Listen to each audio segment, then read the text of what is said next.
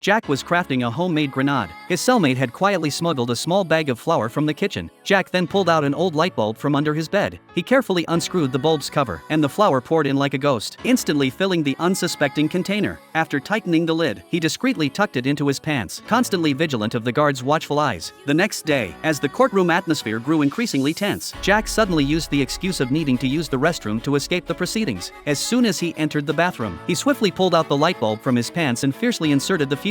Jack retrieved a match from his sock, trembling slightly as he plugged the bulb with sugar. Just as he lit the match, a guard hurried over from not far away. In an instant, Jack threw the bulb, followed by a piercing explosion that reverberated through the air. Seizing the opportunity, Jack nimbly grabbed the keys and unlocked his handcuffs before quickly making a run for the exit. Meanwhile, his accomplice Mike was also carrying out his own escape plan. Mike pulled out a pencil from his body, his movements fluid and determined. He carefully removed the eraser, then pulled out a thin, long wire from under the table, deftly bending it and inserting it into the eraser. Finally, he coated the eraser in black, disguising it as an earpiece, ready to find an opportunity to escape under false pretenses. The next day, the film crew arrived at the gloomy prison for filming. The inmates were busy rehearsing the melody of their program, the atmosphere thick with tension. Taking advantage of the guards' lack of vigilance, Mike swiftly snatched a crew member's uniform, secretly pleased with himself. He silently put on the hat and the uniform that didn't belong to him, then paired it with his homemade fake earpiece, perfectly disguising himself as a member of the film crew. He casually picked up a wooden crate nearby, pretending to walk and talk on the phone at the same time. Just like that, he passed through two gates like a shadow. The guards were completely oblivious, as if this hurried performance was just a part of their daily routine. Under the guards' watchful gaze, Mike actually managed to successfully walk out of the prison gates, secretly thrilled. However, at that moment, a crew member suddenly called out to Mike, "Stay tuned for part 2.